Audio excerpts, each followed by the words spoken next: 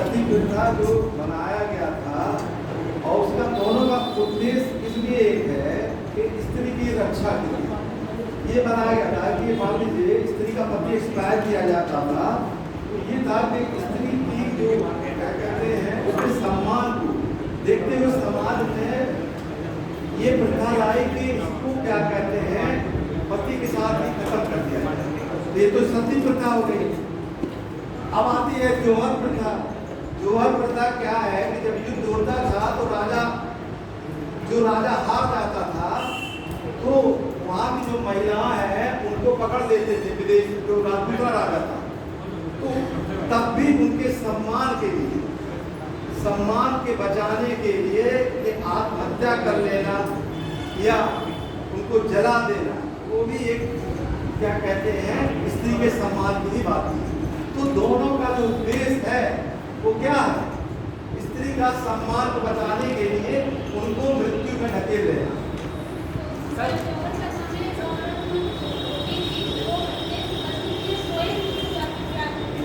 क्या क्या चीज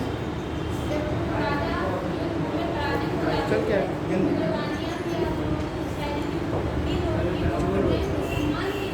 हाँ, तो सती प्रथा में भी तो स्वयं हो जाती थी जलने के लिए।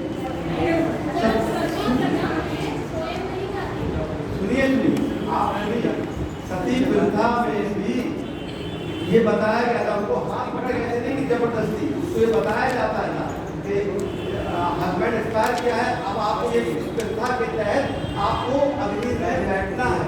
ये प्रथा थी, ये जबरन नहीं, ये प्रथा मतलब रूल बना दिया गया था उस समय, ठीक है।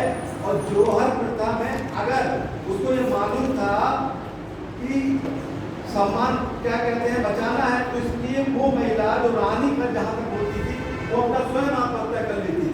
लेकिन बाद में भी जोहर प्रथा 13वीं और 14वीं शताब्दी में बहुत तेजी से प्रचलित था और सती प्रथा का पतन हुआ है 18वीं शताब्दी में, तो सती प्रथा भी उसी समय था। सती प्रथा खत्म नहीं था।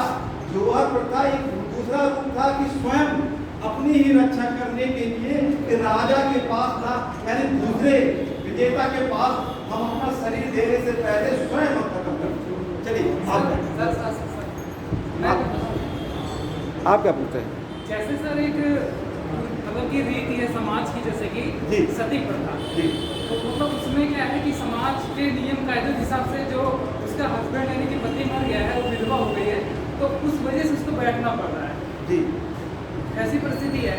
और ऐसे परिस्थिति में जो बाद में देखा भी गया है कि औरत नहीं बैठना चाहिए, से बांस लगा के बांधा जाता था रस्सी में। व्यक्ति जो है गाँव का जो मतलब थोड़ा उसके पास कलेजा रहता था तो उसे अकेला रखा था ताकि वो भागे ना उठ कर। तो सती प्रथा में ऐसा भी देखा गया कि वो उसकी स्वतः से इच्छा नहीं देखी गई है, पहली बात। और दूसरी बात, जोहर प्रथा में मध्यकाल में जो देखा गया उसमें सामूहिक दाह भी देखा गया है।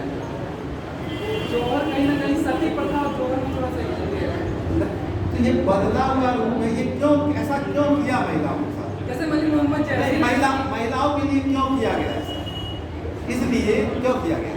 सर देश तो दोनों में एक ही है, हाँ, लेकिन कहीं ये बदला हुआ रूप था। जोहर प्रथा इसका वही क्या था, महिलाओं की सम्मान को बचाना था। ये भी जो सती प्रथा था कि महिलाओं का अत्याचार न हो और उसके सम्मान को किसी तरीके से बताया जाए, तो एक प्रथा ला दी गई। ये प्रथा हमने बताया कि 510 ईस्वी में जब भानुगुप्ती के काल में गोबराज की मृत्यु हुई ना। गोबराज क्या था? गोबराज एक सैनिक था। सैनिक मरता है तो उसकी जो धर्म पत्नी है वो जाके क्या कहते हैं उसी अग्नि में चली जाती है, ठीक है।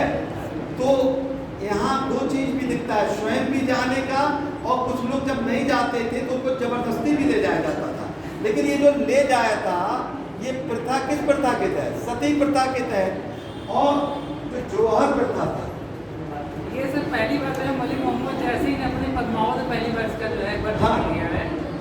तो जोहर प्रथा वास्तव में राजपूत काल में ज्यादा प्रचलित थी।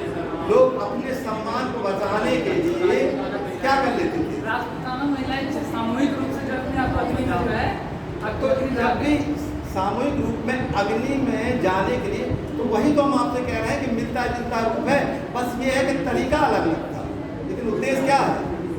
और बाद के काल में 18वीं 19वीं शताब्दी तक भी सती प्रथा देखा गया है।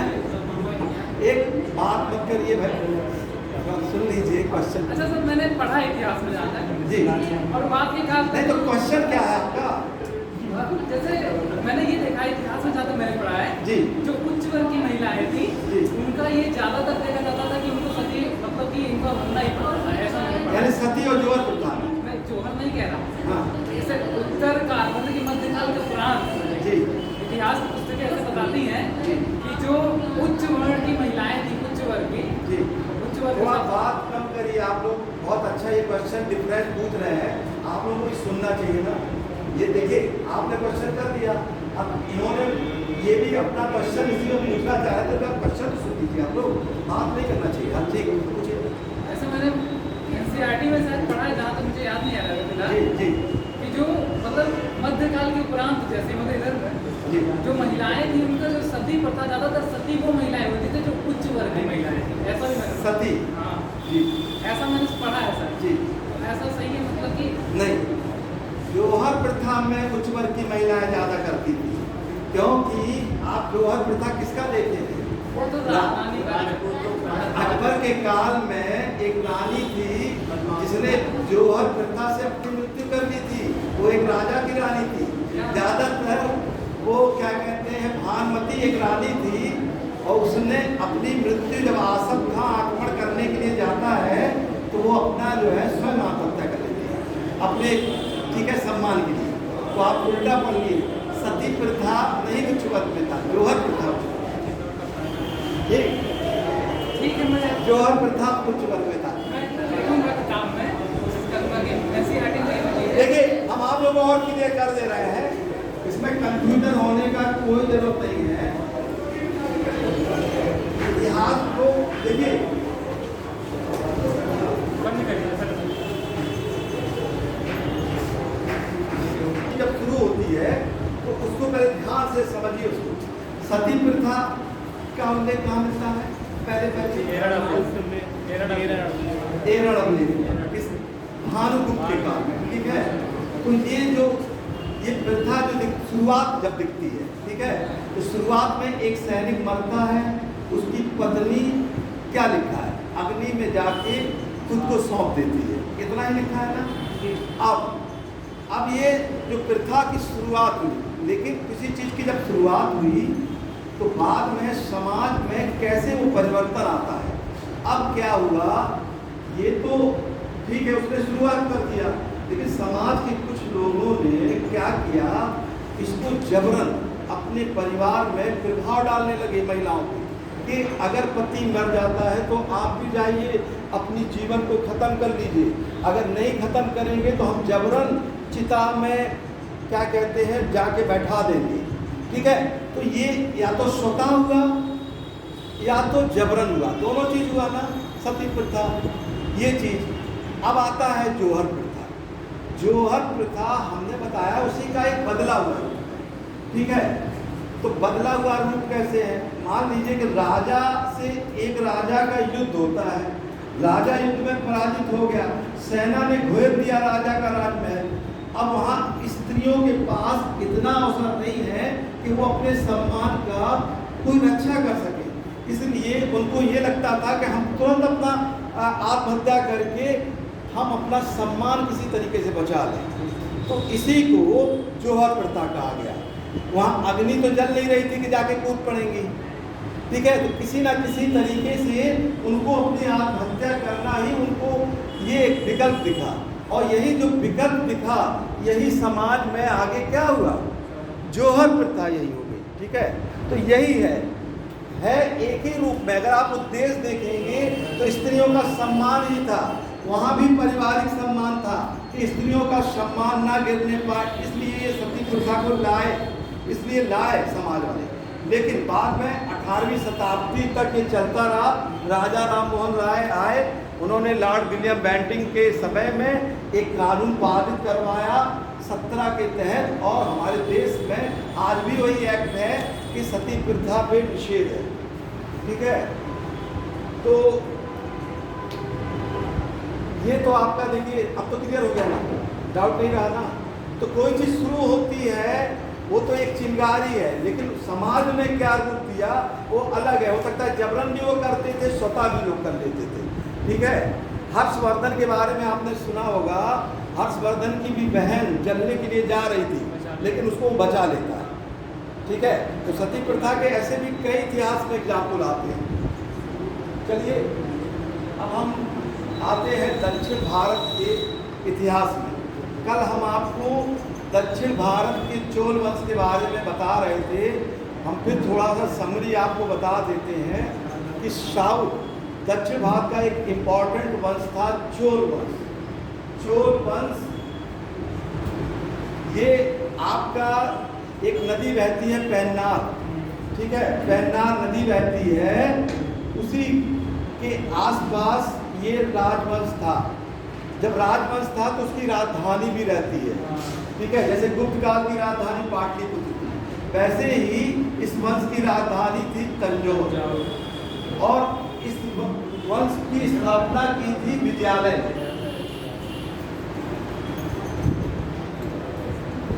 इस वंश का बहुत इंपॉर्टेंट एक शासक था राजराज प्रथम। राजराज प्रथम ने ही पहली बार चोल वंश में नौसेना का प्रयोग करते हुए उसने कई विजय की, श्रीलंका की विजय की, मालदीव की विजय की, कई विजय की। इसके बाद गद्दी पर बैठता है राजेंद्र, उसने श्रीलंका को पूर्ण रूप से पराजित कर दिया, वहां के राजा की हत्या कर दी और श्रीलंका पर अपना कब्जा कर लिया। यहाँ तक कि उसने श्रीलंका में सिक्का भी चलवा दिया अपना, राजेंद्र प्रथम ने। इसके बाद छोटे छोटे शासक बैठे, हम कल आपको बता रहे थे उनका प्रशासन ग्राम शासन, यही तक हम आपको बता रहे थे। आज हम लोग देखेंगे उनके प्रशासन की कुछ और चीजें कि चोल वंश का डिवीजन कैसे था, उनका विभाजन। वो अपने राज्य में जैसे विभाजन होता है ना, कि क्या कहते हैं, छोटे छोटे प्रशासनिक विभाजन होता है। देखिए प्रशासनिक विभाजन से क्वेश्चन जरूर आता है।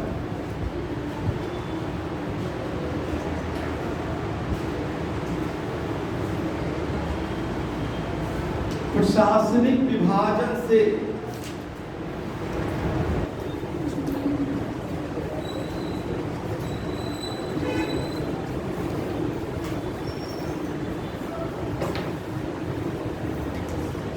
प्रशासनिक विभाजन से क्वेश्चन जरूर आता है। अब चोल वंश का विभाजन देख लीजिए। हम देखिए अभी आपको हम और भी विभाजन कर चुके हैं, आप जब भी पढ़ेंगे तो पिछले जो भी इतिहास में हमने प्रशासन पढ़ाया है उसको देखते हुए पढ़िए। देखिए हम मौर्य काल लिखते हैं, बहुत इंपॉर्टेंट है, और हम लिखते हैं गुप्त काल, और अब हम लिखेंगे चोल। आपको देखिए हमेशा पढ़ने का तरीका भी आप समझते रहिए, सिर्फ ऐसा नहीं है कि नोट्स मिल जाए तो आप बहुत खुशी हो जाए, ऐसा कुछ नहीं है। आपको इस क्लास में जो हमारे द्वारा लेक्चर है वो बहुत इम्पोर्टेंट है। नोट्स तो आपको हम कभी भी दे सकते हैं, नोट्स मिल जाए, लेकिन आपको ये तरीका अपनाना पड़ेगा पढ़ने का, क्योंकि हम भूलते क्यों हैं। इतिहास की सबसे बड़ी समस्या है भूलना। इसलिए हमने देखिए मौर्य काल आप लोग पढ़ चुके हैं, गुप्त काल आप लोग पढ़ चुके हैं, इसलिए आज हम आपको चोल वंश का प्रशासन बताने जा रहे हैं। मौर्य काल में भी मौर्य काल का जो विभाजन था पूरे राज्य का, उसका विभाजन हो गया था प्रांत में। प्रांत, उसको प्रांत कहते थे। यहाँ गुप्त काल में जो प्रांत में विभाजन था उसको भुक्ति कहने लगे। क्या कहने लगे? ये देखिए भुक्ति, ठीक है। ये प्रांत के बाद ये सीधे यहाँ पर मंडल बसा था, फिर विषय यानी जिला, ये विषय, फिर स्थानीय, और फिर द्रोणमुख।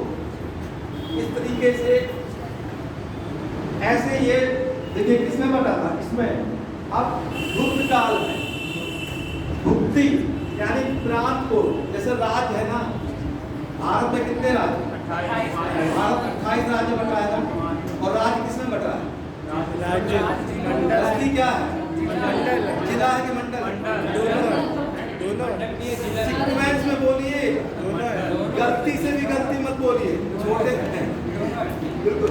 कंसंट्रेशन ऐसा होना चाहिए कि गलती से भी गलती, एक गलती भी ना बोलने पाइए, ये आप समझिए आप। तो अब हम देखिए गुप्त काल में प्रांत को तो हमने कह दिया भुक्ति है, लेकिन अगला यहाँ मंडल नहीं बढ़ता है, जिला बढ़ जाता है। जिले को यहाँ विषय कह देते हैं। अब हम लोग जानते हैं मंडल, मंडल के बाद डिस्ट्रिक्ट को जानते हैं, डिस्ट्रिक्ट के बाद तहसील जानते हैं। गुप्त काल में तहसील को वीथी बोलते थे, और वीथी के बाद पैठ, और पैठ के नीचे सबसे नीचे क्या हो गया? आप देखिए अपने नोट्स में देख लीजिएगा, ऐसे ही लिखा है, ये क्रम है, ठीक है। अब हम आते हैं चोल वंश। चोल वंश ये तीनों में तेरा है, इसमें से 2 क्वेश्चन जरूर होता है हमेशा, या तो ऐसे पूछेगा कि क्रम बताइए या इसको। अब तीसरा देखिए, तीसरा क्या है? चोल वंश आते हैं। चोल वंश में,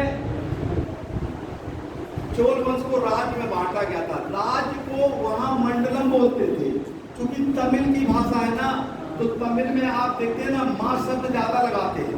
मंडलम, मंडलम बोलते हैं, मंडलम राज्य को। अब यहाँ पे कोट्टम आ जाता है। कोट्टम, ये कोट्टम क्या है? आजकल के मंडल की तरह है, यानी जो मंडल बोलते हैं हम लोग, उसको मैं आ गया कोट्टम। कोट्टम से छोटा आ गया नाडु। नाडु क्या हुआ? जिला। नाडु क्या है? जिला। और नाडु से नीचे, नाडु से नीचे ये है आपका कुर्रम, और कुर्रम से नीचे आ गया ग्राम। ये ग्राम का संघ है, ग्राम का संघ।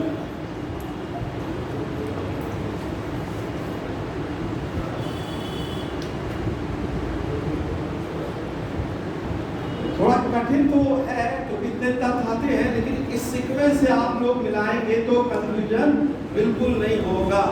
अगर आप पिछला भी तुलना करते रहेंगे, तब हिस्ट्री में अगर तुलना, या किसी भी सब्जेक्ट में पिछले को अभी को तुलना करेंगे तो बिल्कुल नहीं होगा, ठीक है?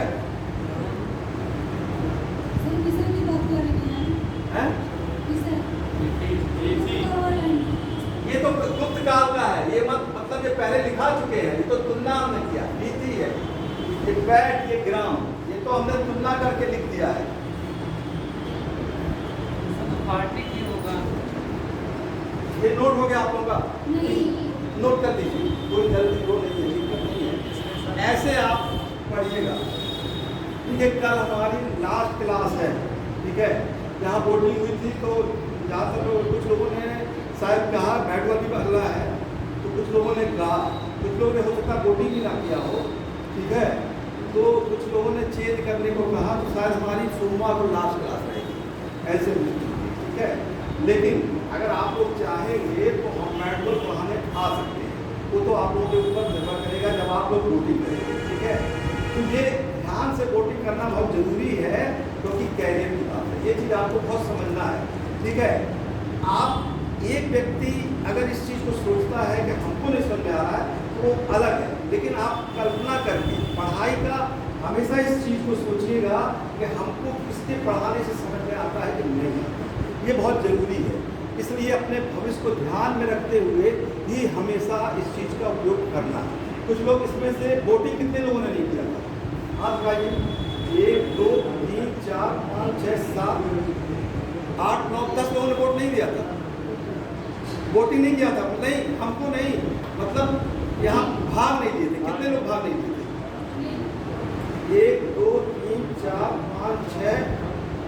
7 8 चलिए ठीक है, इसको मिटा दें। चलिए अब देखिए चोल वंश में अब हमको पढ़ना है कि उच्च अधिकारी, इसमें उच्च अधिकारी भी होते थे, जैसे गुप्त काल में भी उच्च अधिकारी होते थे। अब हम मान लीजिए आपसे पूछ लें कि मौर्य काल में बड़े अधिकारियों को क्या कहा जाता था, तो हमने तो गलती कर दी आपसे पूछकर, क्योंकि पढ़ाया है मंत्री। ठीक है, हम तो सिर्फ नोट दे दें बस, ये संतुष्ट हो जाए कि आप पढ़े चाहे ना, लेकिन हम तो पूछेंगे। हमारा भाई ये सम्मान है कि आपको टीचर को देख के क्वेश्चन करना है, इसलिए बीच बीच में तो हम पूछना ही पूछना है। तो उच्च अधिकारियों को क्या कहते थे मौर्य काल में, गुप्त काल में क्या कहते थे?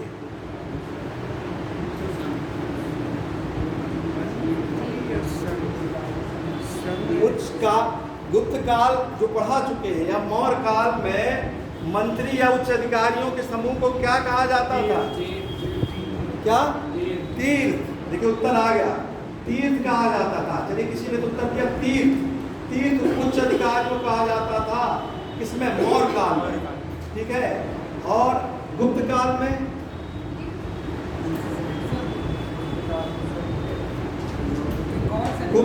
में कुमारा मात्र कहा जाता था।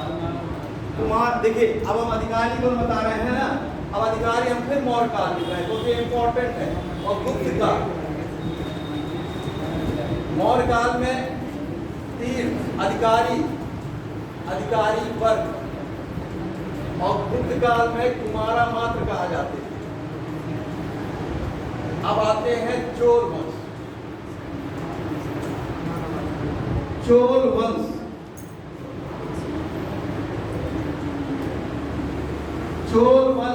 वंश में जो गुप्त काल में चोल वंश में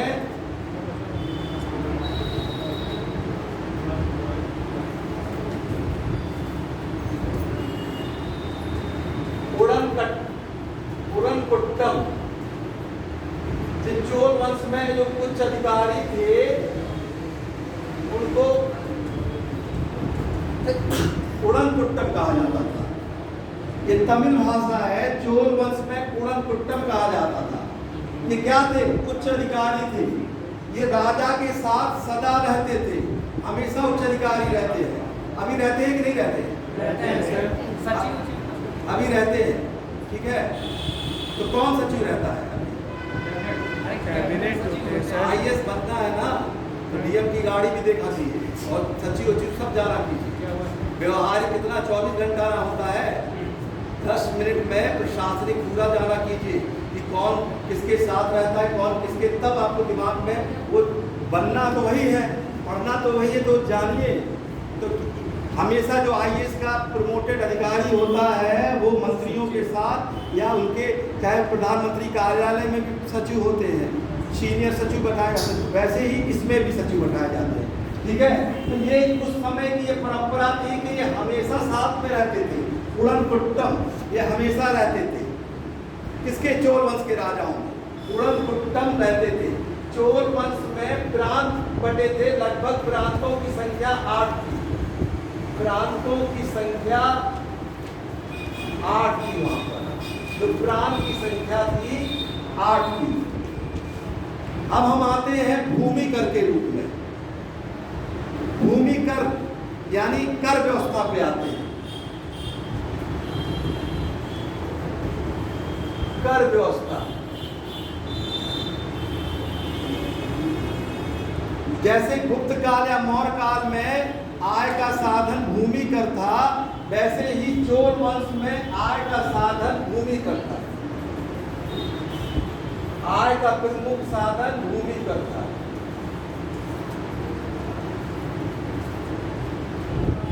क्या था? भूमि कर। आय का जो प्रमुख साधन था वो था भूमि कर।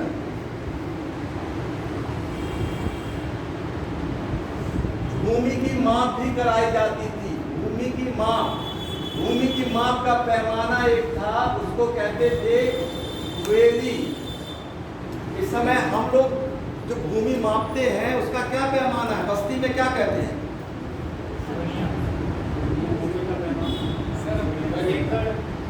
सबसे छोटा पैमाना क्या है भूमि का?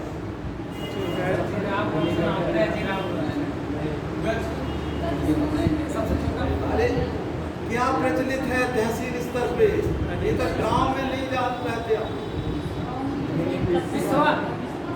बिस्सा इसने जलाया था इसको। अलाउद्दीन खिलजी ने। आप तो पाँच इसमें बाहर मॉडल आप लोग और कौन है? देखिए कोई बात नहीं, भूलना तो निश्चित है, भूलना है। हिस्ट्री तो 1 महीने बाद भी पूछेंगे तो भूल जाएंगे आप लोग, ये तो 100% है। बिस्वा, यहाँ देखिए बस्ती में बोलते हैं 1 बिस्सा 2 बिस्सा, पक्का 20 बस्से का 1 बीघा होता है ना, तो वैसे ही बिस्सा क्या है? ये पैमाना, मापने का पैमाना। तो ये तो अभी चल रहा है, लेकिन चोल वंश में इसको क्या कहते थे? क्वेश्चन तो ये आएगा ना, तो बिस्सा थोड़ा वेदी, भूमि माप का पैमाना। और तौलने का तो हम लोग 1 kg 1 लीटर बोलते हैं ना, लेकिन उस समय तौलने का पैमाना, तौल का पैमाना था कलम। 1 कलम बराबर होता था 3 मन के। 1 कलम बराबर क्या होता था? 3 मन।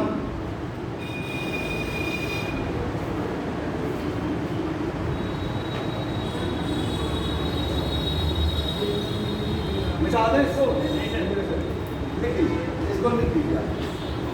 तो ये 1 कलम बराबर होता था 3 मन के। वैसे 1 मन में औसतन 40 किलो माना जाता है, ठीक है? 40 किलो वेट माना जाता है 1 मन में। उस समय 1 कलम जो तौलते थे उसको कहते थे 1 कलम। ये क्वेश्चन वेरी इंपॉर्टेंट है, कई बार आ चुका है ये कई बार आ चुका है, ये कई बार आ चुका है। ये भी एक आध बार आया है कलम, ये भी पूछ चुका है जी। बेली के बारे में बात करें। बेली भूमि मापने की इकाई होती थी। एक बेली बराबर होता था 1.5 एकड़ के, 1.5 एकड़।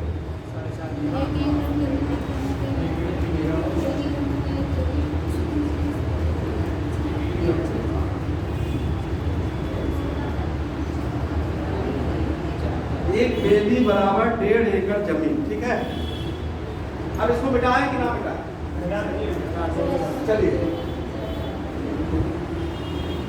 जैसे देखिए ये तो आपने क्या देखा कि कर कैसे लेते थे, ठीक है?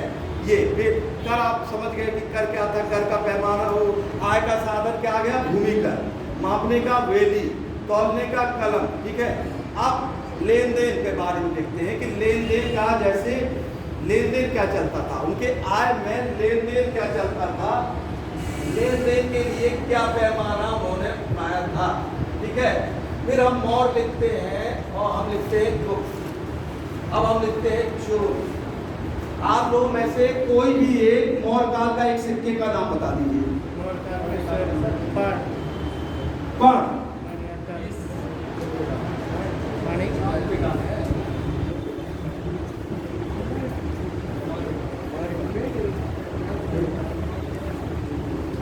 चलिए, इन्होंने बिल्कुल सही बताया। मौर काल का सबसे पहले, गुप्त काल का एक सिक्का बता दीजिए। गुप्त काल का दिनार।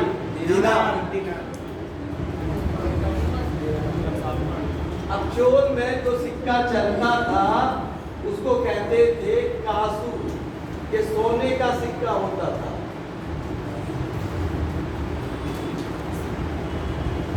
और कलंजू, ये भी सोने का ही सिक्का था, लेकिन कासू सबसे प्रचलित सिक्का था।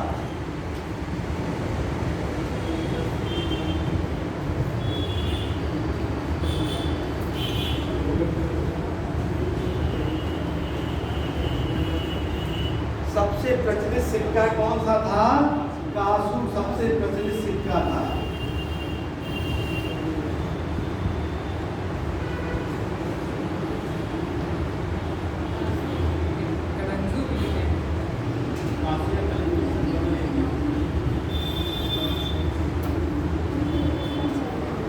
सबसे प्रचलित सिक्का कांसू था। ये कई बार क्वेश्चन आ चुका है, चोल वंश में कई बार ये क्वेश्चन पूछ चुका है। सबसे प्रचलित सिक्का आगे। अच्छा, अब देखिए, अब आपको कर, भूमि कर तो था ही, तो कर कोई एक क्षेत्र से नहीं आता था, कई क्षेत्र से कर आता था। उस समय में कई एक कर ये था कि सुरक्षा के लिए कर लिया जाता था, चौकीदारी कर उसको बोलते थे। ये बहुत इंपॉर्टेंट कर था। पड़िकावल, पड़िकावल ये बहुत इंपॉर्टेंट कर था। ये था चौकीदारी कर, चौकीदारी। ये पड़िकावल चौकीदारी कर था।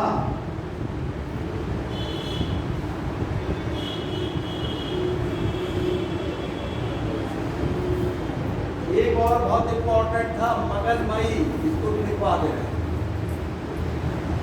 ये स्वर्णकार, स्वर्णकार, लोहकार एवं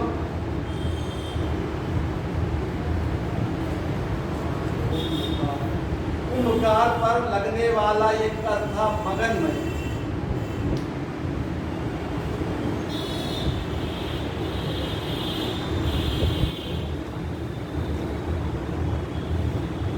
जो सोनार लोग थे, लोहा का काम करते थे और जो मिट्टी का बर्तन बनाते थे, वो लोग जो कर देते थे उसको चोल वंश में मगनमयी कहा जाता था।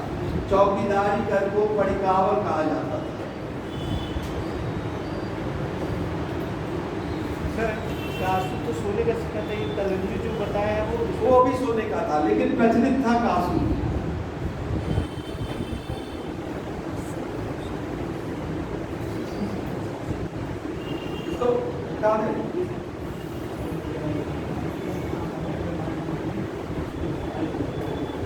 उस समय जैसे व्यापारी आज भी हैं, व्यापारी उस समय भी रहते थे।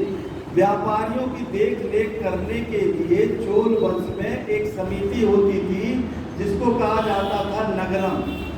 नगरम व्यापारियों की देखभाल करने के लिए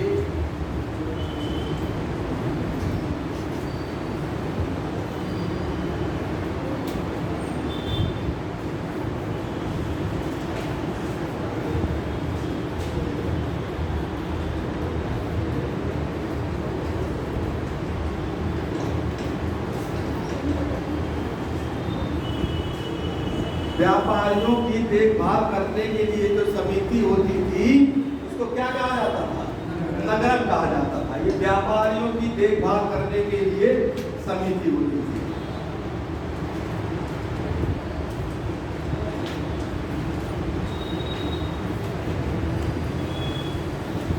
यहाँ पर एक और कर लगता था, वैवाहिक कर लगता था। अगर विवाह होता था तो वैवाहिक यानी दंपत्ति को कर देना होता था। ये बहुत इंपॉर्टेंट ये क्वेश्चन आ चुका है कि किस वंश में विवाहिक कर रख दिया जाता था। यही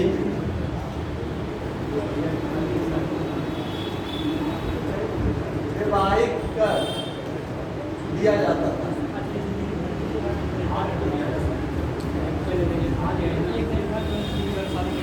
चोल वंश में विवाहिक कर दिया जाता था। दंपत्ति नहीं समझे, दंपत्ति पति पत्नी दोनों, दंपत्ति दोनों लोग देते थे। आज के समय में जो शादी करा के रजिस्ट्री कराने जाते हैं उनको देते हैं। आज के समय जो शादी करा के रजिस्ट्री कराने जाते हैं देना पड़ता है। नहीं, रजिस्ट्रेशन एक शुल्क होगा 50-100 रुपये, वो और ज्यादा क्यों लगता है। और इतिहास में पहली बार जो है ये क्या कहते हैं शादी में जो लेते हैं क्या हाँ, देखिए कितना अच्छा क्वेश्चन इन्होंने पूछा। ऐसे इंटरव्यू पूछते हैं कि दहेज प्रथा, अभी आपको अगर मान के पूछे तो ये पूछ लेंगे कि इतिहास में सबसे पहले दहेज प्रथा का साक्ष्य कैसे पता चलता है? कहीं पता चलता है? वैदिक काल, वैदिक काल, वैदिक काल, वैदिक काल में पढ़ाया है। उस समय जब विदा होती थी लड़की तो उसके लिए कुछ जो है उपहार देते थे उसके पिता, वही को माना। उसको कहते क्या थे, हमको अभी भी पता है, वह तू लेकिन जब इंटरेस्ट से पढ़ेंगे ना तो सब दिमाग में रहेगा। वह तू कहा जाता था जो मतलब उस समय उपहार में देते थे, पहले यही पता चलता है उस समय। तो ये नगरम व्यापारी। अब आ जाते हैं चोल काल का, हम लोग देखते हैं, धर्म देख लेते हैं। देखिए वो लोग शिव धर्म के अनुयायी थे, उन्होंने दक्षिण भारत का सबसे बड़ा मंदिर बनवाया, ठीक है, राजराजेश्वर मंदिर, सबसे बड़ा मंदिर बनवाया तंजौर में। इसको बिठा दे। आपने नटराज सुना होगा, नटराज की पहली बार मूर्ति बनाने का जो क्या कहते हैं श्रेय जाता है, वो चोल वंश के राजाओं को जाता है। धर्म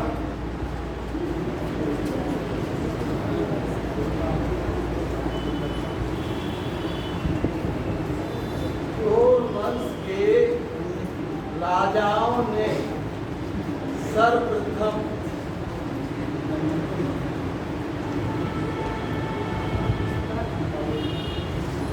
नटराज मूर्ति का निर्माण किया।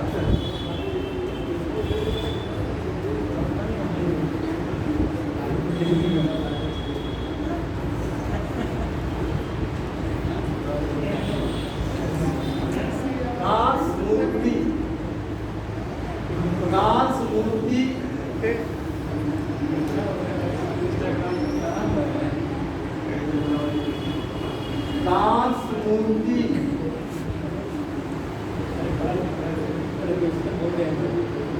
सर्वाधिक बनाई।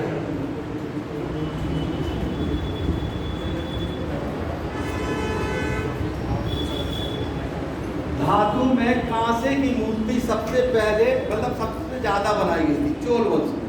अब यहीं से एक क्वेश्चन और उठता है कि सबसे पहले कांसे की मूर्ति कहाँ बनना शुरू हुई? सिंधु घाटी सभ्यता। ठीक है, ये मूर्ति कहाँ मिली है? मोहनजोदड़ो की जब खुदाई हुई थी तो कांसे की मूर्ति मिली थी, लेकिन वहाँ कांसे की शुरुआत हुई थी, मूर्ति ज्यादा कांसे की नहीं बनती थी। लेकिन अब देखिए यहाँ क्वेश्चन चेंज हो गया। अब देखिए आपको हम सिर्फ इतना बताते हैं, ध्यान दीजिए आप लोग कैसे क्वेश्चन को बनाते हैं। क्वेश्चन यही करते हैं सर्वाधिक कांसे की मूर्ति किस काल में बनी? ठीक है, अब मान लीजिए ये क्वेश्चन आ जाता है, ये क्वेश्चन आया भी है, ये सिंधु घाटी सभ्यता, बी मौर्य का, सी गुप्त काल, डी चोल वंश। क्या उत्तर होता है? अगर आप लोग नहीं बताए होते तो आप लोग सिंधु घाटी मार देते ना। तो ये आपको देखिए, ये जो सोचना है ना, यही तो सोचना है पढ़ते समय कि ये क्वेश्चन कैसे। आप कांसे को बार बार रटिए मत कि कांसा पाया गया था, लेकिन कांसे की मूर्ति सर्वाधिक किसके काल में? ये चोल वंश। ठीक है, चलिए देखो इसको आगे बता दें।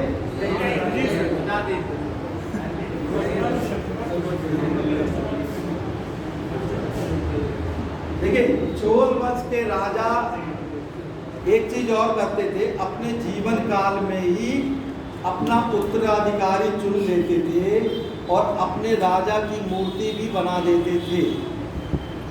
इनके अंदर एक और विशेषता थी, दूसरी विशेषता, इसको पहले ध्यान से सुन लीजिए। ठीक है, इसको ध्यान से सुन लीजिए। चोल वंश के राजा अपने जीवन काल में क्या चुन लेते थे? उत्तराधिकारी चुन लेते थे। और दूसरा था कि चोल वंश के राजा मंदिर में राजाओं की मूर्ति भी लगाने का शुरुआत उन्होंने की। तो ये बहुत इंपॉर्टेंट है। चोल वंश के शासक अपना उत्तराधिकारी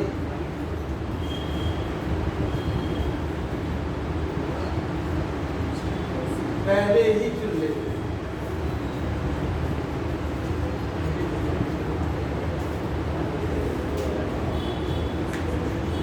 चोल वंश में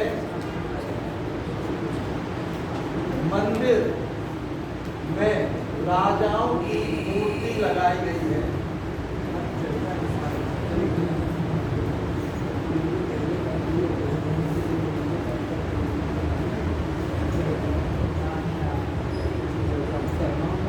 इसके पहले अभी तक हमको नहीं दिखा कि किसी राजा की मूर्ति मंदिर में लगी हो, लेकिन चोल वंश में क्या हुआ, राजा की मूर्ति भी लगा दी गई मंदिर में।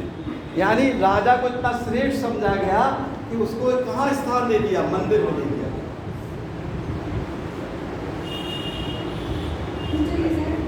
देखिए इसको लिखिए।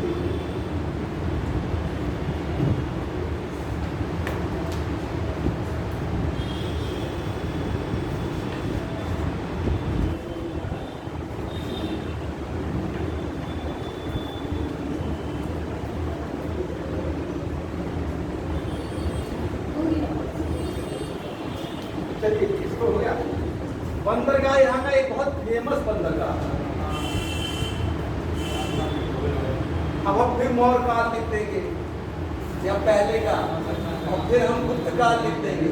अब आप लोग बता दीजिए कि मौर्य काल का सबसे फेमस बंदरगाह कौन सा। देखिए कौन इसको उत्तर बताता है। मौर्य काल में सबसे फेमस बंदरगाह कौन था, गुप्त काल का सबसे फेमस बंदरगाह कौन था। भड़ोज किसने कहा, भड़ोज सही है। और गुप्त काल का ताम्रलिप्ति। चलिए दोनों लोगों ने उत्तर दे दिया, उत्तर आ गया। देखिए भड़ोज, इसका एक और नाम था बैरी गाजा, और गुप्त में हम बताए हैं ताम्रलिप्ति। ठीक है, ठीक। अब हम लोग चोल वंश में देखते हैं कि सबसे अच्छा बंदरगाह कौन था। कैंटन, श्रीलंका के साथ व्यापार होता था। सिरा, ये दक्षिण पूर्व एशिया के साथ व्यापार होता था।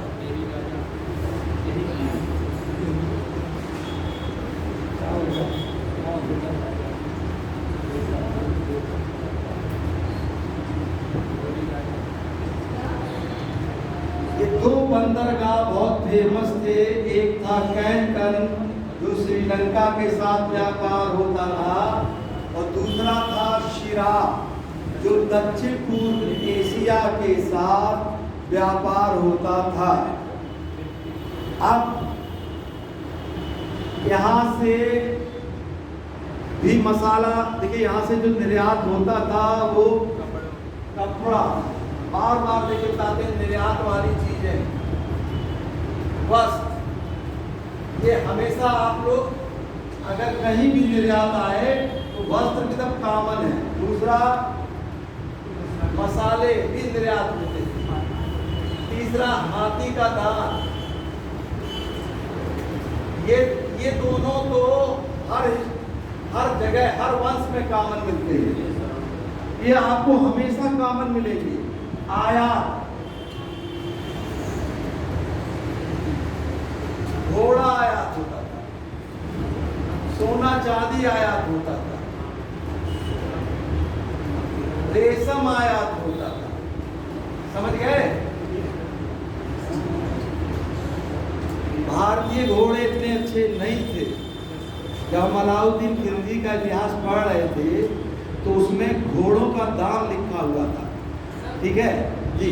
जो क्लाइमेट है उसके अनुकूल नहीं है घोड़े के लिए, जो मध्य जो एशियाई क्षेत्र है उसके लिए ये बहुत ही जेन्युइन पढ़ने वाले हैं। हमें बड़ी खुशी हुई कि इन्होंने हमारा हिस्ट्री का पूरा क्लास लिया है। आपने और भी 20-25 लोग और हैं, आप भी हैं, आते हैं। 10-15 लोग जिन्होंने वास्तव में हिस्ट्री का ज्ञान बहुत अच्छा अर्जित किया है। बिल्कुल आपने सही किया, कहा कि क्लाइमेट, जब बाकी लोग हिस्ट्री को तथ्य घटना समझते हैं, लेकिन आप वास्तव में कारण में घुसते हैं। जो व्यक्ति, जो स्टूडेंट कारण में घुसेगा उसको हिस्ट्री नहीं भूलने वाली, और जो रटने का सोचेगा वो भूल जाएगी। तो आज भी करीब 15 स्टूडेंट हैं जो फोन आता है हमारे पास अक्सर कि उनको हिस्ट्री नहीं आ रही थी, लेकिन हमने उनको तीनों हिस्ट्री पढ़ाया और आज उनकी हिस्ट्री तैयार है और कल वो पेपर भी देने आएंगे सैटरडे को, अक्सर पेपर, क्योंकि एक बार उन्होंने हमारा क्लास ले लिया है ना पूरा, तो अब उनको क्लास लेने की जरूरत नहीं है। वो जो नोट्स है ना, तो उसमें 8-10 आते हैं, वो सबसे इंटेलिजेंट हैं। वो टीम जो थी सबसे इंटेलिजेंट थी और मुझे बड़ी खुशी होती है कि आप हैं, आप हैं, आप हैं, और भी हैं, हम सब किसी का वो नहीं कर रहे हैं, लेकिन आप लोग की जो जिज्ञासा है पढ़ने की ना, ये बहुत अच्छा है। यही जिज्ञासा चाहिए कि आप क्लाइमेट, जो उत्तर आपने बहुत अच्छा बोला, क्यों? क्योंकि घोड़ा जो है किसी को भी, आप हमेशा देखिए क्लाइमेट से ही पढ़ाई होती है, तो वैसे ही घोड़े का आयात होता है। अलाउद्दीन खिलजी ने लिखा है कि उसने अरब से, यहाँ भी अरब से घोड़े आते थे, और युद्ध का विजय का श्रेय जाता था घोड़ा।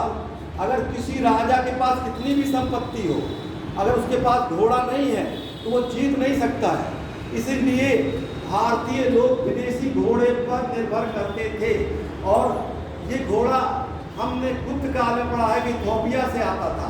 चोल वंश में हम देख रहे हैं कि ये घोड़ा अरब से आता है। कहाँ से? अरब से। ये घोड़ा अरब से आता था, और अरब, बिल्कुल सही कहा, क्लाइमेक्स अरब का आप देखेंगे तो रेगिस्तानी इलाका है, वहाँ पे लोग घोड़े और जंतु को बहुत दूरी तक दौड़ाते हैं, तो मेहनत कराते कराते उन घोड़ों की आदत हो जाती है, इसलिए उनका जो जलवायु है, तो इसलिए वो अटैक कर लेते हैं। भारत में जो जलवायु है वो विषमता है, यानी यहाँ पे जो आपको उष्णकटिबंध भी मिलेगा। अब ये अच्छा ना मौसम आ गया ना, अभी गर्मी हो रही थी, बहुत अच्छा मौसम आ रहा है, तो वैसे ही आप अनुकूल हो जाते हैं। तो गर्मी में बड़ी समस्या होती है, लेकिन जो व्यक्ति बार बार गर्मी में ही रहेगा तो वो वैसे ही अनुकूल उसी के हो जाएगा। तो वैसे ही अरब से एक घोड़े आते थे। चलिए, ये हो गया।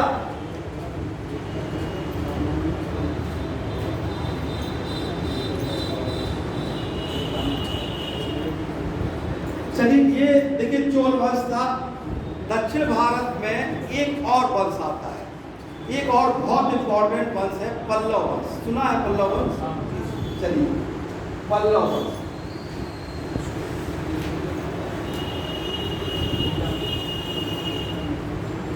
पल्लव वंश दक्षिण भारत का बहुत ही इंपॉर्टेंट वंश है पल्लव वंश। देखिए, पल्लव वंश के बारे में हमको जो इतिहास में साहित्य से पता चलता है, साहित्य से जानकारी, अभिलेखों से जानकारी मिलती है। पल्लव वंश का अब आता है ये चीज कि पल्लव वंश का पहला राजा कौन होगा, ठीक है, संस्थापक। जैसे चोल वंश का संस्थापक कौन था? विजयालय था। गुप्त वंश का श्रीगुप्त, ठीक है। वैसे ही इसका भी था सिंहविष्णु।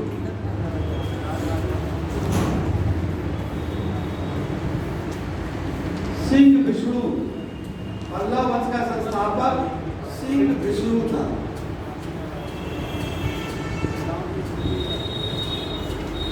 पल्लव वंश का जो संस्थापक था सिंहविष्णु। इसके शासन काल तो बहुत क्लियर नहीं है। ये अपने इतिहास में एक मंदिर के निर्माण के लिए जाना जाता है। इसने एक मंदिर बनवाया था, मामल्लपुरम का वराह, मामल्लपुरम का वराह।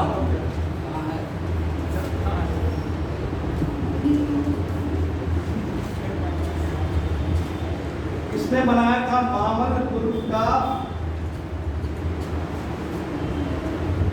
बड़ा मंदिर। ये साहित्यकार का बहुत समर्थन करता था। इसके काल में भी लोग कवि बैठते थे। देखिए, कवि इसके काल में भी रहते थे। देखिए, चंद्रगुप्त सेकंड के काल में भी कालिदास रहते थे, ठीक है। पुष्पामित्र शुंग के काल में भी पतंजलि रहते थे।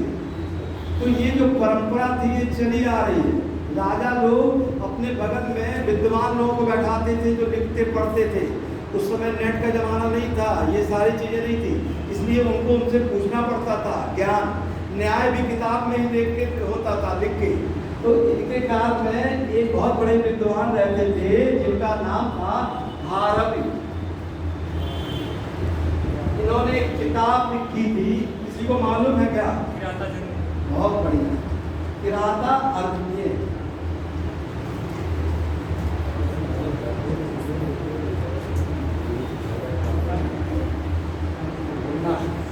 इसने बताया, जरा देख तो लें, किसने? आप बताइए ना, आप तो चलिए, इनको मालूम है, बहुत अच्छी बात है। ये किताब लिखी थी, ये किताब का, ये किताब जो लिखी गई थी, जानते हैं इस किताब में क्या लिखा है? अर्जुन को जब इंद्र भगवान से उन्होंने एक वरदान मांगा था, इसी का उल्लेख है इसमें, तो उन्होंने अपना अस्त्र मांगा था, ठीक है? तो वही चीज, तो ये किताब उस समय लिखी गई थी, ये इस समय ये लिखी गई थी किताब, बड़ी फेमस किताब। इसके बाद एक बहुत इंपॉर्टेंट राजा गद्दी पर बैठता है, इसको मिटा दे क्या? महेंद्र वर्मन।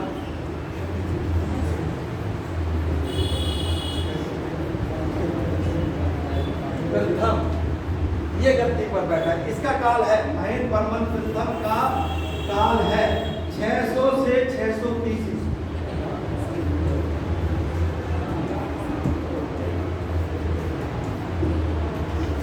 600 से 630 ईस्वी महेंद्र प्रथम। ज्योग्राफिकल लोकेशन क्या था? हैं? ज्योग्राफिकल लोकेशन क्या था?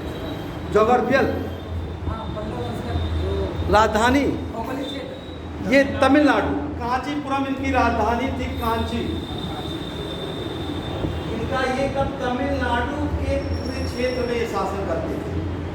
चोल वंश जहाँ शासन करता था, वहीं पे पल्लव वंश, हमने तो बताया भी था कि पल्लव वंश के सामंत कौन थे? चोल थे ना। तो वही ये कांची आपका तमिलनाडु में पड़ता है, कांची, तो वही उनकी राजधानी थी, कांचीपुरम। तो हमसे बाद में क्यों पढ़ते हैं? इसने एक किताब लिखी थी, मत, इनकी किताब का नाम महेंद्र वर्मन मत विलास कृष्ण, मत विलास प्रहसन।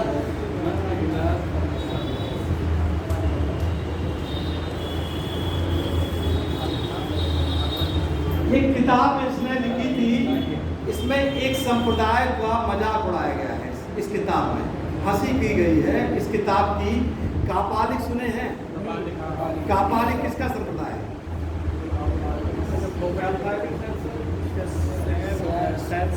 शैव धर्म का। देखिए है कापालिक, इस किताब में कापालिक संप्रदाय, देख लीजिए क्वेश्चन आ चुका है, कापालिक संप्रदाय पर हास व्यंग्य किया गया है।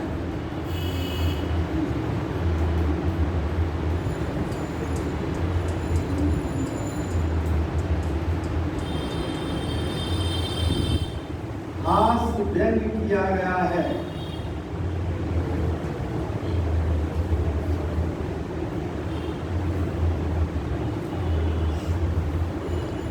इसके बाद गद्दी पर बैठता है इसका बहुत योग्य लड़का नरसिंह वर्मन प्रथम।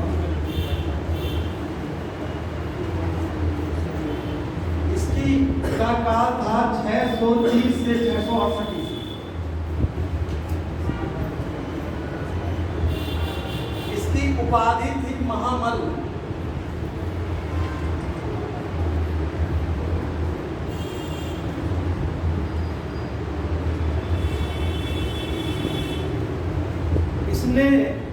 इसकी उपाधि क्या थी? महाबल। नरसिंह वर्मन ने उस राजा को पराजित किया जिस राजा ने हर्षवर्धन को पराजित किया। नरसिंह वर्मन ने एक ऐसे राजा को पराजित कर दिया जिसने हर्षवर्धन को पराजित किया था। हर्षवर्धन सुने? हर्षवर्धन को कोई दक्षिण का राजा पराजित किया था? पुलकेशिन। पुलकेशिन द्वितीय। लिख लीजिए, नरसिंहवर्मन ने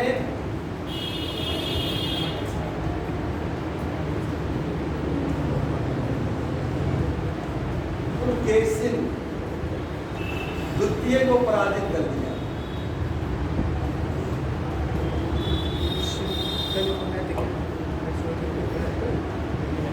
नरसिंहवर्मन ने इसको पराजित कर दिया, पुलकेशिन द्वितीय को पराजित कर दिया नरसिंहवर्मन ने। इसका उल्लेख एक मंदिर है, मल्लिकार्जुन मंदिर है दक्षिण में, उसी मंदिर पे ये लेख लिखा हुआ है। अभी भी मंदिर पे ये लेख लिखा हुआ है कि नरसिंहवर्मन ने एक राजा था पुलकेशिन, उसको पराजित कर दिया।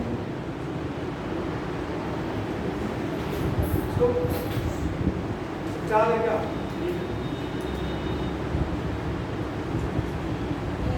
चलिए, इसके काल में एक यात्री वेनसांग का नाम सुने हैं? वेनसांग किसके काल में आया था?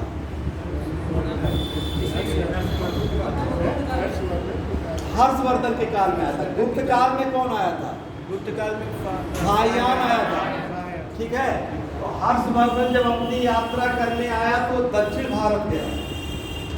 हर्षवर्धन चीन से आया, सोचिए 4000 किलोमीटर की यात्रा करते हुए पैदल वो आया, ठीक है। हर्षवर्धन आया, वेनसांग कह रहे हैं, वेनसांग, सॉरी हर्षवर्धन निकल गया, वेनसांग। वेनसांग आया, चीन से चला, फाहियान भी चला था, ये आया, हर्षवर्धन भी आया। लेकिन फाहियान और वेनसांग में ये अंतर है कि फाहियान तो उत्तर भारत को, बिहार की यात्रा करके लौट गया, लेकिन ये यात्री लौटा नहीं, ये दक्षिण भारत चला गया और इसने कांची तक यात्रा की। उसने अपनी किताब में लिखा भी है कि दक्षिण भारत का एक योग राजा था जो कांची में शासन करता था, वो था नरसिंहवर्मन प्रथम। तो ये क्वेश्चन कई बार आ चुका है। वेनसांग नरसिंह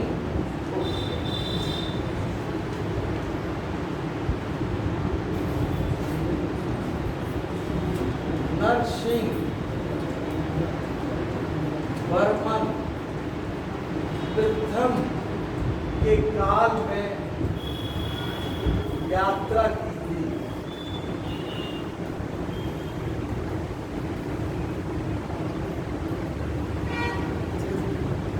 नरसिंहवर्मन, उसने लिखा है,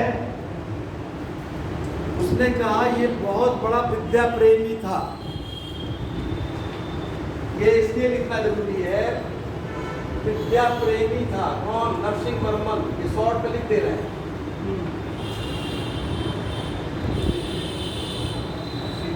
विद्या प्रेमी था, क्योंकि ये वेनसांग का एक क्वेश्चन आ चुका है कि वेनसांग ने अपनी यात्रा में किस राजा को कहा था कि सबसे बड़ा विद्या प्रेमी था, तो वो नरसिंहवर्मन था। इसी के बारे में लिखा।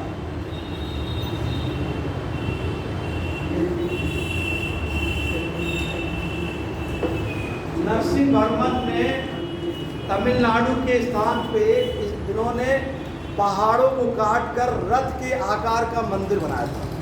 एकाश यानी एक ही पत्थर से मंदिर बनाया, और ये मंदिर जो थे वो रथ के आकार के थे। नहीं, महाराष्ट्र में यहाँ इसका कहाँ शासन था? वो तो आप कैलाश मंदिर कह रहे हैं, वो कह रहे हैं एलोरा, तो वही तो एलोरा में करो कैलाश मंदिर है। वो तो किस प्रथम ने बनाया था राष्ट्रकूट के साथ। कंफ्यूज बिल्कुल मत करिएगा, कंफ्यूज बिल्कुल मत करिएगा। देखिए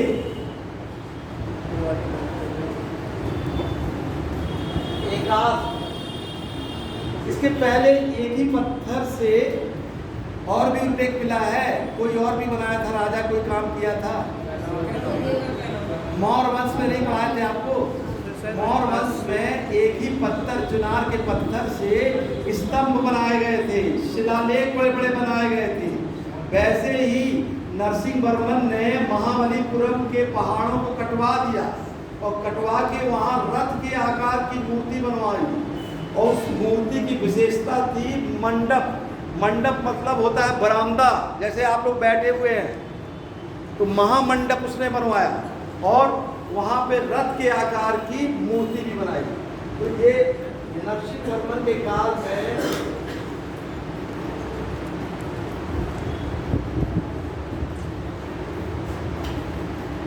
मंडप एवं रथ मंदिरों का निर्माण हुआ।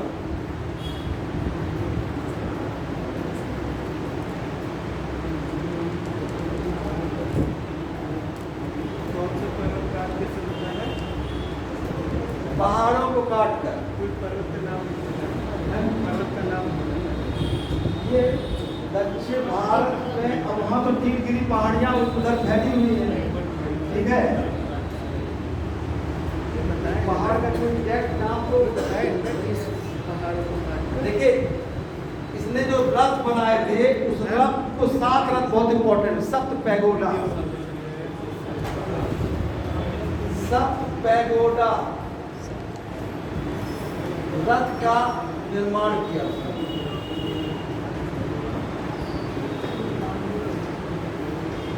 सप्त पैगोडा यानी 7 प्रकार के रथ उसने मंदिर के रूप में बनवाए थे। किसने? नरसिंहवर्मन ने। अब हम आपको ये बताएंगे कि ये 7 रथ कौन कौन से मंदिर बनवाए, किसके नाम पे।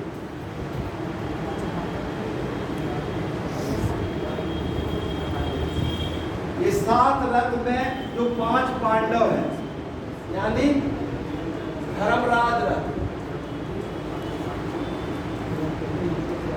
अर्जुन रथ, भीम रथ, नकुल रथ, सहदेव रथ, द्रौपदी रथ, ये भी बनवाया।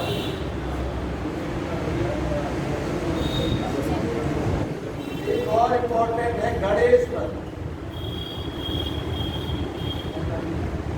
ये इम्पोर्टेंट 7 रथ है। ये पहाड़ों को काटकर नरसिंहवर्मन ने इन रथों का निर्माण कराया। सबसे बड़ा रथ है धर्मराज रथ।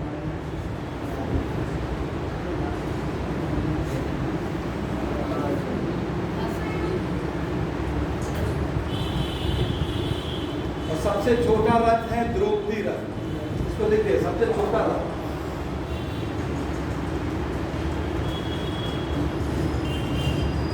सबसे बड़ा।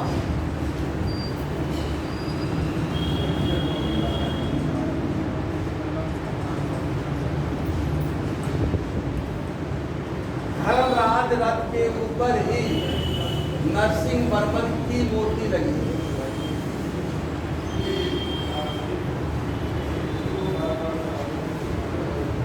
धर्मराज रथ के ऊपर राजा ने अपनी मूर्ति भी बनवा दी।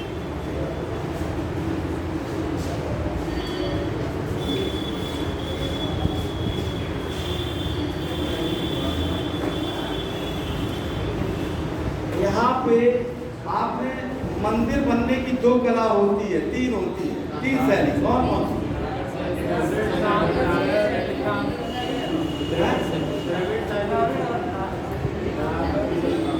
इसको मिटाए तब बता दें, बस ये लाभ बताना है आपको। हम आप जो मंदिर बनते हैं वो 3 तरीके से बनते हैं, ठीक है। मंदिर से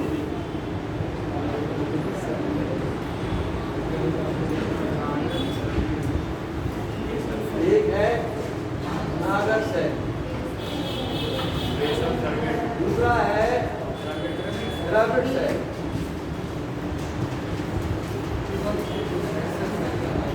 तीसरा है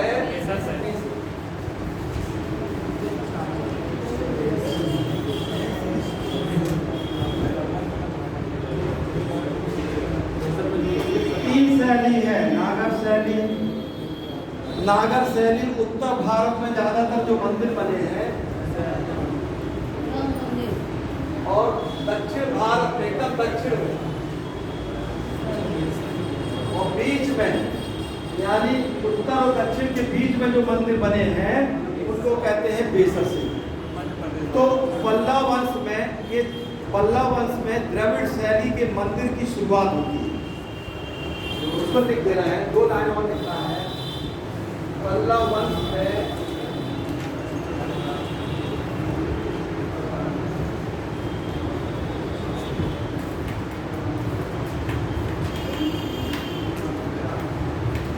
मंदिर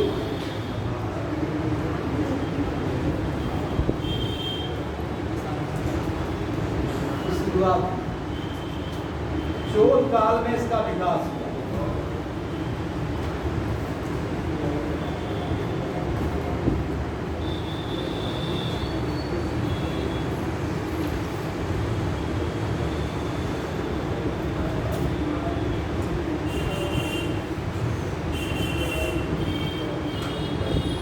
चोल काल में इसका विकास हो गया, द्रविड़ शैली का। शुरुआत होती है पल्लव से। देखिए मंदिर आप लोग देखते हैं, मंदिर में मूर्ति रखी होती है, ठीक है। उसके ऊपर देखते होंगे, उसके ऊपर क्या बनाया जाता है? छत के ऊपर गुंबद क्या बनाया जा सकता है? ये मंदिर तो जानते होंगे बहुत लोग, क्या ऊपर क्या बनता है? छत्र नहीं सर,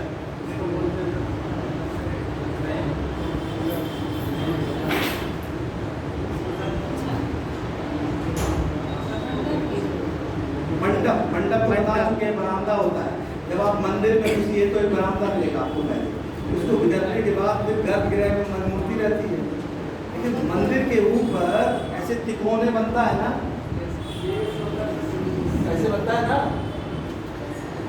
ये क्या होता है? शिखर शिखर या विमान, ठीक है। तो यही शिखर और विमान में जो बनावट में अंतर होता है, वही नागर और द्रविड़ शैली में अंतर होता है, ठीक है। यही इसमें कुछ, अब आर्ट कला की बात है, इसमें कुछ महत्वपूर्ण अंतर है द्रविड़ और नागर शैली में अंतर, इसी में अंतर होता है। इनका जो होता है ये क्या आयताकार बनाते हैं द्रविड़ शैली में, और ये लोग तिकोना बनाते हैं, आयताकार नहीं बनाते हैं नागर शैली, ठीक है। और द्रविड़ शैली के मंडप के बाहर भी, खुले आंगन में भी छोटी छोटी मूर्ति अलग से बनाते हैं और रखते हैं, उसमें 5 मूर्ति अलग से स्थापित करते हैं। ये तो बाद में बताने वाली चीज है। तो इस तरह शुरुआत यही होती है, विकास यही होता है। चलिए, ये अभी पल्लव वंश का थोड़ा सा कुछ इंपॉर्टेंट मंदिर है, वो परसों आपको बता देंगे दक्षिण भारत के इतिहास में। चलिए आज का टॉपिक है।